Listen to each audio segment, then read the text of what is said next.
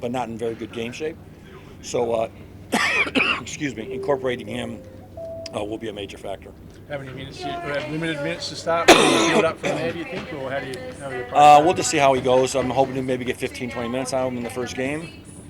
He'll have a lot of nervous energy, and again, it's quite different than running around in practice than playing in a game. And so, him just getting his wind back under him, his legs back under him, and then obviously playing with some of our guys that he hasn't been playing with. The reality is he hasn't played basketball in 3 months. So to get him up and running and feeling comfortable the next week is important. He must be incredibly eager to get out there and play. Yeah, he's been a pain in the rear because he's just constantly yakking and talking and running around and all this energy, and he can't play.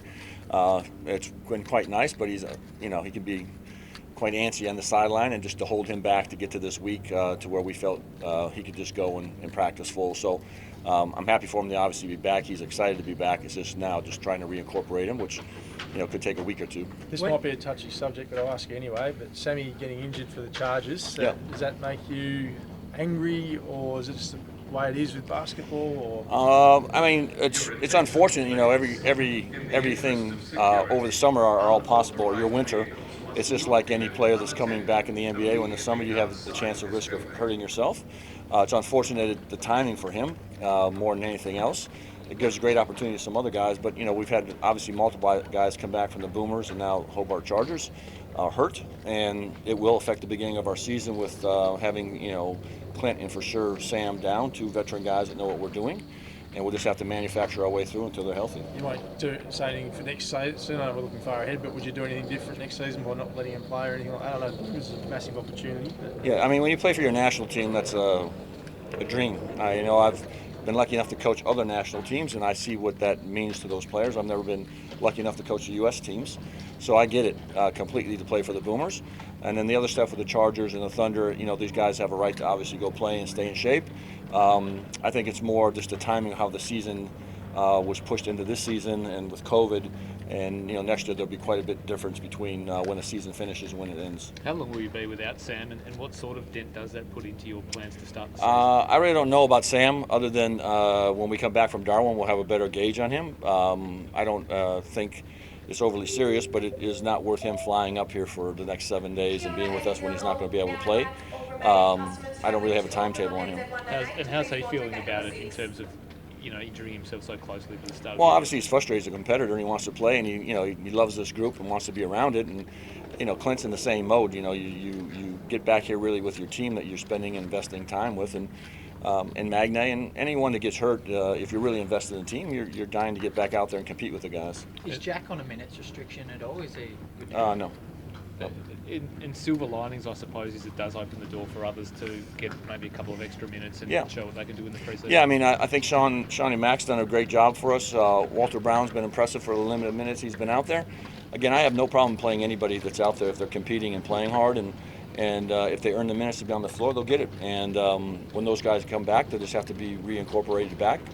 Sometimes that can be a slow process, but hopefully that them being really keen on being back, but more importantly knowing our system, there will be an easy integration of them coming back. Are you excited to see how Jack works with the new imports and how that looks? Yeah, excited just for Jack to play. Like I said, it's been 3 months of not playing, so for me it's just about getting him back on the floor and feeling good about himself. And 3 months is a long time of not really playing basketball, so it's going to take some time. I told him, you can't eat an elephant in one bite. You're going to have to take small bites of this, and it might not be on the time that you want to be back. It might be 3 or 4 weeks down the road before you really feel like you got your feet underneath you. So we'll just get him as many minutes as we can this week, incorporate him as best we can, and we'll see how we are at the end of this week. Only pre-season, of course, but first meeting against Sydney since the grand final series. Must be some anticipation to square off with those guys again? Not really. I really could care about Sydney or any of the other 9 teams. They're not my priority, or I don't think like that, to be honest with you. I just think about the Jack Jumpers and our process of going week to week, and who we play is who we play. How do you see Jack fitting in with the starting 5? I know you don't like to talk about that too much, but is there a chance that Rashad could play the 5 and Jack the 4 in a starting lineup? Well, we don't have a starting 5 as of today, and they'll definitely be on the floor at some point or another in some combinations.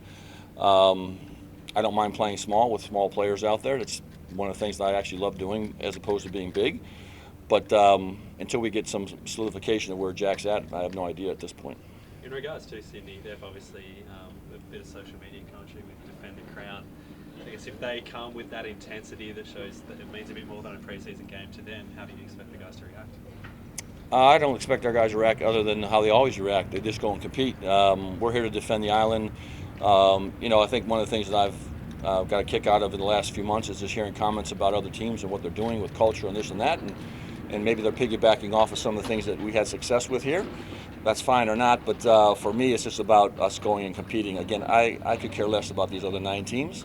I don't know what the season looks like. I don't know how many games we're going to be able to win or lose or what's going to be the process, other than we will put a team out there that's very competitive and fiery. What are some of the key focuses for you for the Blitz? What do you Our defense needs to get tidied up is a key focus for me. And then, again, McVay being integrated back in with different lineups and getting him as comfortable as possible. And then just playing our guys and, seeing what Tristan Forsythe can do in his role, if he can replace Jock Perry, and see how he goes for a few minutes here and there. And just, get a better familiarity with our guys. How much of the full picture do you see before you kind of start playing competitive games against other teams? Are you kind of in the dark until the first couple of preseason games? I'm definitely not in the dark. I already know the guys that will play and will not play, and I already have my starters in my mind and what we're going to do. And I'm not in the dark at any of it. For example, in those 2 games, those guys played 25 minutes. Milt and Majette played, and so for me, Rashad was in the mode of about 25 minutes, and the reality is last year I don't think we had anyone over 28 minutes a game. So that's kind of where my mindset is with the 3 imports, of where their minutes should be, and then incorporating the rest of the guys. But I already, before I got here, when I got back from Florida, I already knew what I was going to do and who I was going to play and what's going to happen, and it's unfolding the way I thought it would. What about Isaac White? He seemed to look pretty comfortable against the Phoenix. He's been fantastic with us. He's blended in great with the group.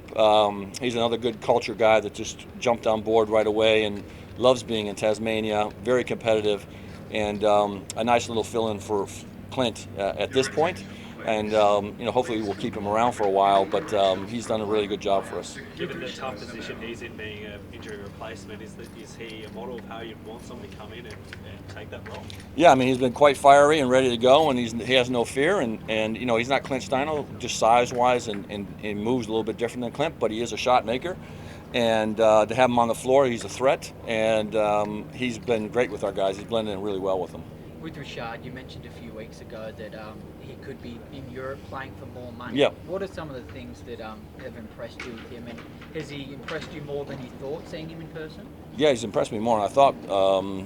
You see a lot of video, you talk to a lot of people, but until they're actually in your gym, you really don't quite know what you have. But the big thing with him is he's got a big motor, a big engine. He's tough. He competes in the mornings. He's really good in practice. He's just consistent about his work habits. The guys, again, love playing with him. He's dynamic because he can do a lot of different things, play a lot of different positions, and so I think he just blends in well with our group, and his personality fits seamlessly with the guys we have.